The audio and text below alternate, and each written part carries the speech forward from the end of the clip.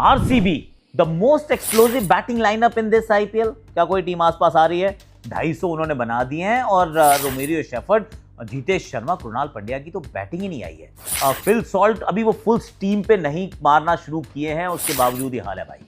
क्या टीम है यार Chennai. Where will the buck stop? I mean किसके ऊपर अब वो गाज गिरेगी इन टर्म्स ऑफ कि कौन लेट डाउन कर रहा है? ऋषभ पंत, वेलकम बैक यार स्पाइडी। थोड़ा मुश्किल था खेलना, थोड़ी अगली सी पारी थी, पर इवेंचुअली पारी जरूरी थी क्योंकि मैच जितवाया है। एक मैच में हार, एक जीत, एक हार, 2 matches. It's not a bad story to begin with. Hyderabad लगातार, आई मीन ये 3 में से 2 मैच में तो आपकी टॉप ऑर्डर 1 2 3 ऐसे करके आउट हो गए यार। Are you wondering? और शाम को मुकाबला कहाँ पे है? कोलकाता में है। वहाँ थोड़ा बारिश का प्रकोप है, पर कोलकाता क्या बदल सकती है और पंजाब को भी क्या कुछ करना होगा बदला।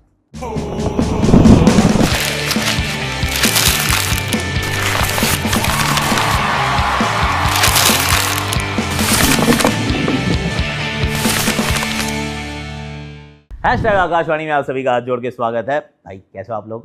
आई रियली होप कि आप अच्छे होंगे और छक्के मतलब खूब मस्ती लुत्फ आपने उठाया होगा। Let's go one by one. पहला जो बड़ा हेडलाइन जो है आज की आकाशवाणी की वो यही है कि आरसीबी यार, आई मीन इतनी एक्सप्लोसिव बैटिंग। मतलब 2 तरीके से आप देख सकते हैं। ये भी कह सकते हैं कि नहीं देखो सामने गेंदबाजी कमजोर थी, पर गेंदबाजी हैदराबाद की भी कमजोर थी। ये भी कह दो, फिर सब कुछ कह दो, पर सच्चाई ये यार 19 छक्के मारे भाई। 25 बॉलों में 70 बना दिए, 19 बॉलों में 48 बना दिए, 29 बॉलों में 50 बना दिए। भाई कर क्या रहे हो? 250 run. Okay, so let's be very very honest. आप इस टीम में जब आप देखते हैं तो एक बड़ा अच्छा कलेक्शन है इनके पास। ये कि ओवरसीज जो खिलाड़ी हैं वो सारे एक्सपीरियंस्ड हैं, उनमें किसी को इन्होंने वो नौसिखिया नहीं रखा है कि चलो एक युवा के साथ चलते हैं। They are very very established. Phil Salt, आपको टिम डेविड मिलते हैं, आपको रोमेरियो शेफर्ड मिलते हैं, और जब भी जेकब डफी की जगह जॉश हेजलवुड आएंगे तो आपकी बैटिंग में ये हो गए। भारतीय कौन कौन है? विराट कोहली से बेहतर तो नहीं मिल सकता कोई। उसके बाद Devdutt Padikkal, who is also not a spring chicken, अभी कल तो खेलना नहीं शुरू किया। Jitesh Sharma once again circuit में बहुत समय से रहे हैं। रजत पाटीदार, इनसे बेहतर वंस अगेन स्पिन बहुत लोग नहीं खेलते हैं।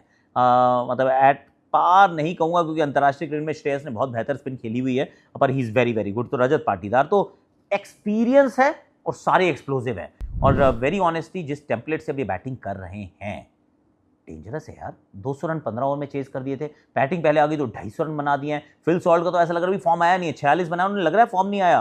विराट कोहली इस मैच में थोड़ा स्ट्रगल करते हुए नजर आ रहे थे, लेकिन उसके बावजूद टीम ने क्या किया यार, I mean incredible. Tim David, अगर वो इस तरह की लय में रहते हैं तो रोकना ऑलमोस्ट नामुमकिन हो जाता है। You need something special. बिना स्पेशल के नहीं रुकेंगे। Rajat Patidar the kind of form, और वो तो इनफैक्ट वो जो साझेदारी थी ना पाटीदार और देवदत्त पाटिकल की, उसमें ऐसा लगा कि रजत ने आके बोला, सुन भाई छक्के मारते हैं यार, ये जो हम चल रहे हैं ना अभी तक, ये इससे काम चलेगा नहीं। सुन, लेट्स गो टू 250, ट्राई तो करते हैं भाई। 12-14 बॉलों में उन्होंने 5 छक्के मार दिए। छक्के छक्के, एक ओवर 2-2 छक्के मार रहे थे। ऐसे उन्होंने 5 छक्के मारे 14 गेंदों के अंदर। सडनली मैच बदल दिया और उसके बाद फिर रुके ही नहीं है। सो आई डू फील कि इस टीम के इर्द गिर्द अगर कोई सिर्फ एक्सप्लोजिवनेस में आता है, मतलब outright explosiveness, maybe Mumbai Indians can come close. बाकी तो कोई टीम इतनी करीब नहीं आएगी। Punjab I am thinking again, but this is different beast यार। और आरसीबी मेरे विचार में it's a different beast. So 250 run बना देना, it is a big headline. सवाल सीएसके के लिए एक छोटा सा यहाँ पर फिर होगा, प्रशांत वीर को बॉलिंग नहीं कराओगे क्या यार? 3 मैच बीत गए, क्या मैच में कभी भी ऐसा कोई मौका नहीं आता कि जहाँ से आप उनसे 1 आधा 2 ओवर निकाल के काम चला लो यार? It is a little surprising for me कि आप खिला तो रहे हो पर बॉलिंग नहीं कराते हो। और जेमी ओवर्टन ने जब बैटिंग बाद में की और थोड़ी बॉलिंग की, तो आपको एहसास तो हुआ होगा ना कि पिछले मैच में खिलाया क्यों नहीं था। See selection issues are serious issues. ये मुझे लग रहा है कि थोड़ा सा सिलेक्शन का काम यहाँ पे ठीक से नहीं हो रहा है। और द बक वंस अगेन आता ना कि भाई अब कहाँ रुकेगी, किससे बात रुकेगी? 250 रन खा लोगे तो 250 चेज नहीं होते हैं, पर सच बात ये भी तो है कि 3 मैच हो गए यार। अब 3 मैच के अंदर ओपनर्स ने क्या किया है? संजू सैमसन, ऋतुराज गायकवाड़, अगर ये दोनों ही फेल हो जाएंगे लगातार, रन नहीं बना पाएंगे, क्योंकि fail is a very harsh term, पर अगर वो दोनों रन नहीं बनाएंगे लगातार तो फिर कैसे चलेगा काम यार? तो फिर हम एक बार आयुष मात्रे की तरफ देखेंगे, पर 3 में से एक बार उन्होंने बना दिए ना। डेवॉल ब्रेविस नहीं है, सरफराज कितना अच्छा खेले यार। सरफराज वाज एब्सोल्युटली ब्रिलियंट जिस तरीके की उन्होंने बैटिंग की है। पर अकेले कैसे हो गया यार? Kartik Sharma, Shivam Dube, I think it has to stop from the like the buck has to stop at the top कि आपके ओपनर्स क्या कर रहे हैं, क्योंकि सबसे ज़्यादा अनुभव वहीं पर है और उस अनुभव का मेरे विचार में तो ढंग से अभी तक का कोई फ़ायदा नहीं हो पाया, क्योंकि दोनों ने ही रन्स नहीं बनाए और ये टीम उनके रन्स बनाए बिना जीत नहीं सकती। Let's be very very honest, मैं लिख के आपको दे सकता हूँ। डेवॉल्ट ब्रेविस अगले मैच में आ जाएंगे, 6 दिन का ब्रेक भी आप सोचिए समझिए कि क्या करना है, पर I think a lot needs to change in terms of कि आप 11 क्या पिक करते हैं, किस गेंदबाज से, किस खिलाड़ी से कितना काम करवाते हैं। Before I actually move to the other game, Prashant Veer well done यार, आपने बहुत बढ़िया बल्लेबाजी की। अब भुवनेश्वर कुमार ने बहुत अच्छी गेंदबाजी की, 200 विकेटें उनकी हो गई हैं, नई गेंद से विकेटें डफी ने चटका दी, भुवनेश ने चटका दी, एक ओवर में 2 कृणाल पंड्या चटका गए, बाउंसर ही मार रहे हैं यार। आई मीन कुल मिला के हालांकि 200 से ऊपर रन फिर भी बन गए थे, 10, 11, 12 रन प्रति ओवर बना रही थी Chennai super Kings for the longest time, पर नॉट गुड इनफ यार, नॉट गुड इनफ। अब जरा वो दिन के पहले मुकाबले की बात कर लेते हैं, जहाँ जो मेरी हेडलाइन, जो मेरे जहन में हेडलाइन है वो ये कि हैदराबाद वालों पिच क्या बना रहे हो भाई? अगर टीम तुमने ये बनाई है तो पिच ऐसे कैसे बना सकते हो? ये हैदराबाद के साथ पहली बार नहीं हो रहा है, बार बार हो रहा है। ये पिछले साल भी हमने देखा था कि आप पिच ऐसी बना रहे हैं जिसमें एवरेज जो था वो 9 पॉइंट समथिंग वो था रन रेट पर ओवर, वो लीग के अंदर तीसरे या चौथे स्थान पे था। और मैं सोच रहा हूँ कि ये ऐसी बैटिंग तो आपने तैयार की है तो बेस्ट होनी चाहिए ना। और वो भी 9 पॉइंट इसलिए 3-4 पे आया क्योंकि शुरुआत में पिचेस ठीक थी, बाद में पिच बहुत स्लो हो गई थी। तो यहाँ पे भी आपने जो पिच दी है उसमें बॉल फंस रही थी यार, उसमें बॉल थोड़ी सी रुक रही थी यार, तो फिर कैसे चलेगा काम?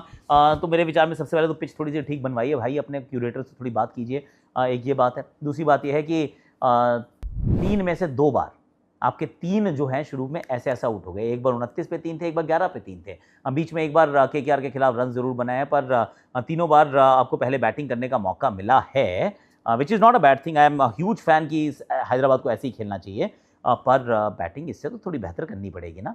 एक एक करके मतलब फट करके अगर 3 आउट हो जाएंगे तो फिर काम कैसे चलेगा? यहाँ तो तीनों लेफ्टी आउट हो गए थे, तो फिर तो सामने वाली टीम के लिए और आसान काम हो जाता है ना। और उसमें शमी की वो जो स्लोअर वंस थी, outstanding boss, very very well bowled, उन्होंने बहुत अच्छी गेंदबाजी की। प्रिंस यादव, वो जो बॉल था जिसने ईशान किशन को आउट किया और फिर बाद में आके भी उन्होंने एक विकेट चटकाई, अगेन प्रिंस यादव का बहुत बड़ा अपसाइड है। Klaasen, Nitish Kumar Reddy both batted well, क्योंकि पहले 10 में सिर्फ 35 थे।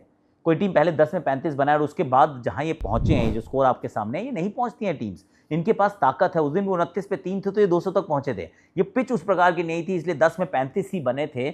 और फिर अगर ये आप पहुंचे हैं आगे तक और लड़ने लायक थोड़े से आपको रन्स मिले हैं, तो इट टेल्स यू कि बैटिंग में गहराई तो है। नीतीश कुमार रेड्डी का बहुत अच्छा सीजन जा रहा है, Klaasen is also now looking good, पर पिच तो इससे बेहतर करनी पड़ेगी यार आपको, is what I am thinking. और मल्टीपल ऑप्शंस एक्चुअली, ये इस बार मोहसिन नहीं खेले, आई डोंट नो व्हाई, आवेश खेले, अंत में आवेश ने ठीक गेंदबाजी की।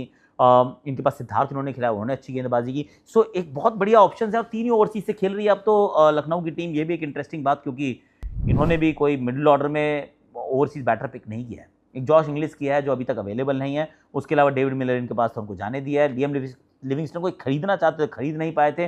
डैरिल मिचेल के बारे में इन्होंने सोचा नहीं था, तो वो जो लोअर मिडिल ऑर्डर है उसमें थोड़ी सी परेशानी हो रही है और निकोलस पूरन रन नहीं बना रहा है। ये एक बात जरूर है जो साहब को थोड़ी सी बात उनको चुभेगी। और फिर जरा बैटिंग की तरफ चलते हैं। Came to the right thing, openers यही होने चाहिए, मार्श और मार्करम से ओपन कराइए। और उन्होंने बता भी दिया कि हम अच्छे हैं, हमसे कराइए आप opening, we are a very good side, मतलब गुड ओपनर्स, हम दोनों ओपनर्स हमें अच्छे से कराइए। उन्होंने अच्छा किया। ऋषभ पंत, अगेन एक और बिग हेडलाइन है कि वेलकम यार, वेलकम बैक स्पाइडी, अच्छा लगा देख के, क्योंकि ये खूबसूरत रन्स नहीं थे, पर खूबसूरत तो पेंटिंग होती है ना, खूबसूरत इनिंग्स हो ये ज़रूरी नहीं है। और यहाँ पे था कि चाहे अगली लगे, अंत में रहूँगा, मैच जिता के जाऊँगा, वो वाला काम किया, अंत तक थे।